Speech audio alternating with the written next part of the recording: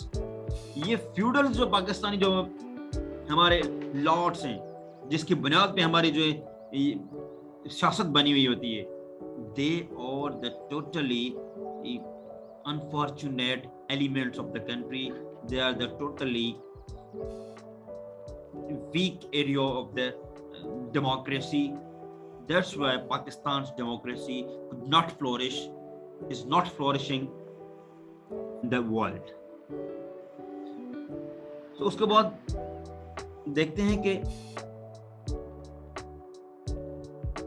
جو ریپرزنٹیٹیو ہوتے ہیں وہ جب پبلک ان کو ووٹ کرتی ہے تو ان کو چاہیے ہوتا ہے کہ آپ لوگ الیکٹورل پروسیس کے ذریعے آپ شفاف فری اینڈ فیئر الیکشن کروائیں تاکہ کوئی کسی قسم کی ریگنگ وغیرہ کی کوئی بلیم وغیرہ نہ لگے. اور آج کل آپ لوگ دیکھ رہے ہیں کہ 2018 کے بعد اور آپ پیچھے جائیں, اگر وہ نواز شریف کی حکومت پہ جائیں تو 2014 کے بعد یہی عمران خان نے بلیم لگایا تھا ان کے اوپر, بھائی ریگنگ ہوئی ہے الیکشن میں, یہ حلقے, اور انہوں نے حلقے وہ سامنے رکھ دیے تھے تقریباً. اس کے بعد 2018 میں نون لیگ پی ٹی آئی کی حکومت آئی, Pakistan Peoples Party and Noon League نے دونوں مل کے کہا کہ 2018 کی الیکشن جو ہے وہ بھی ریگنگ ہوئی ہے. اٹ مینس کہ we have a very weak electoral process, that's why اور democracy could not flourish in the country. تو دوسرا ہم لوگ پروسیجرز کو دیکھتے ہیں. دوسرا کون سا فیکٹر ہے؟ دوسرا یہ فیکٹر ہے ہمارا سب سے زیادہ جو امپورٹنٹ ہے ہمارا, وہ ہے کہ continuous martial laws and abrogation of the constitutions are the other elements responsible for failing democracy in Pakistan. یہ لگاتار مارشل لا, یہ جو لگاتار مارشل لاز لگی ہے, آپ اگر مارشل لاز کو دیکھیں تو 58 میں, 69 میں, 77 میں, 99 میں, یہ جو 4-5 پیریڈز ہیں, کنسیکٹو پیریڈز جو ہیں مارشل لاز کے, یہ ہماری ڈیموکریسی کو ویکن کرتا رہا اور کبھی بھی ہماری ڈیموکریسی اس سے فلورش نہیں کر سکی, کبھی بھی اسٹرانگ نہیں ہو سکی. کیونکہ آپ دیکھتے ہیں کہ martial law can be defined as the law applied by the military. جو ملٹری کا لا ہو, جو ملٹری کا رول آف لا ہو, جب ملٹری اپنے خود بنائے لاز جو ہیں سیولینز کے اوپر جو ہیں اور پبلک آرڈر اینڈ سیفٹی کو اگنور کر کے ان کے اوپر مسلط کریں, تو ظاہری بات ہے اس میں ڈیموکریسی تو ویکن ہوگی. اور ڈیموکریسی کو سب سے زیادہ نقصانات جو پاکستان میں پہنچے وہ ان 4-5 مارشل لاز کی وجہ سے پہنچے, جو بھی ملٹری ڈکٹیٹروں نے سیولینز کو سائڈ پہ کر کے اپنے رول آف لا کے تحت اور اپنے ایک انفلوئنس کے تحت ہمارے پاکستان کو اور پاکستانی عوام کو پورے اچھے طریقے سے رگڑا ہے. تو یہ سب سے زیادہ ہمارے جو ہے یہ فیلیور ہے, یہ بھی ایک بہت بڑا فیکٹر تھا اس میں ڈیموکریسی کو فلورش نہ کرنے کا. It is the fact that when the civilian government is unable to fulfill the needs and the desires, then a vacuum takes place. جب کمزور سیویلینز, جب unrealistic leadership, جب سیویلین ایک خوددار نہیں ہوتے, جب سیویلین گورنمنٹ ایک ویکیوم کریٹ کر دیتی ہے کہ بھائی پاکستان میں ہم تو سیویلین ہیں, ہم تو الیکٹڈ لوگ ہیں, لیکن ہم سے یہ رول آف لا اور یہ کام جو ہے ڈیموکریسی کا نہیں چل رہا, صحیح طرح سے لیڈرشپ نہیں کر رہے ہم لوگ, تو ظاہری بات ہے وہاں پہ ایک ویکیوم کریٹ ہوگا. اور وہ ویکیوم کس وجہ سے وہ کریٹ ہو گیا؟ وہ سیویلینز کی کمزوری کی وجہ سے. ادارے انہوں نے مضبوط نہیں کر رکھے کبھی بھی, تو ان کے اوپر الٹرنیٹیولی ظاہری بات ہے مارشل آرٹ امپوز لگنی تھی. تو Pakistan face the full fledged martial arts. ایسے نہیں کہ آپ 1 سال کے لیے 2 سال کے لگا لیے, نہیں, آپ نے فل فلیجڈ مارشل آرٹ جس میں کمپلیٹلی پبلک اوپینین کو نیگیٹ کیا گیا, یہ مارشل آرٹس پاکستان میں لگائی گئی تھی. سب سے زیادہ خطرناک اور امپورٹنٹ مارشل آرٹ جو تھی وہ پرویز مشرف کی تھی 99 والی. تو after the country again reinstated the democracy in Pakistan. 2007 کے بعد آپ کو پتہ ہے وہ الیکشن کر کے مشرف ہی خود پریزیڈنٹ بن گیا تھا, اور وہ ڈیموکریسی کے فارم میں جو ہے وہی ملٹری لیڈر ڈکٹیٹر جو ہے وہ سیویلین ہیڈ بن جاتا ہے. تو this was the continuously shift of the democracy is failures in this Pakistan context. تو beside that let's move ahead. اس کے بعد تیسرا فیکٹر ہمیں جو بہت امپورٹنٹ نظر آتا ہے, جو جس نے ڈیموکریسی کو بالکل ویک کر دیا تھا پاکستان میں اور ابھی بھی جو چل رہا ہے, وہ judiciary, politicisation of judiciary. Judiciary کی سیاست میں انوالومنٹ ہونا اور سیاسی جوڈیشری بنی بنائی جو ہے ان کو ایک اچھی سی چیف جسٹس کی پوزیشن پہ لا کے کھڑا کرنا, یہ سب سے زیادہ ایک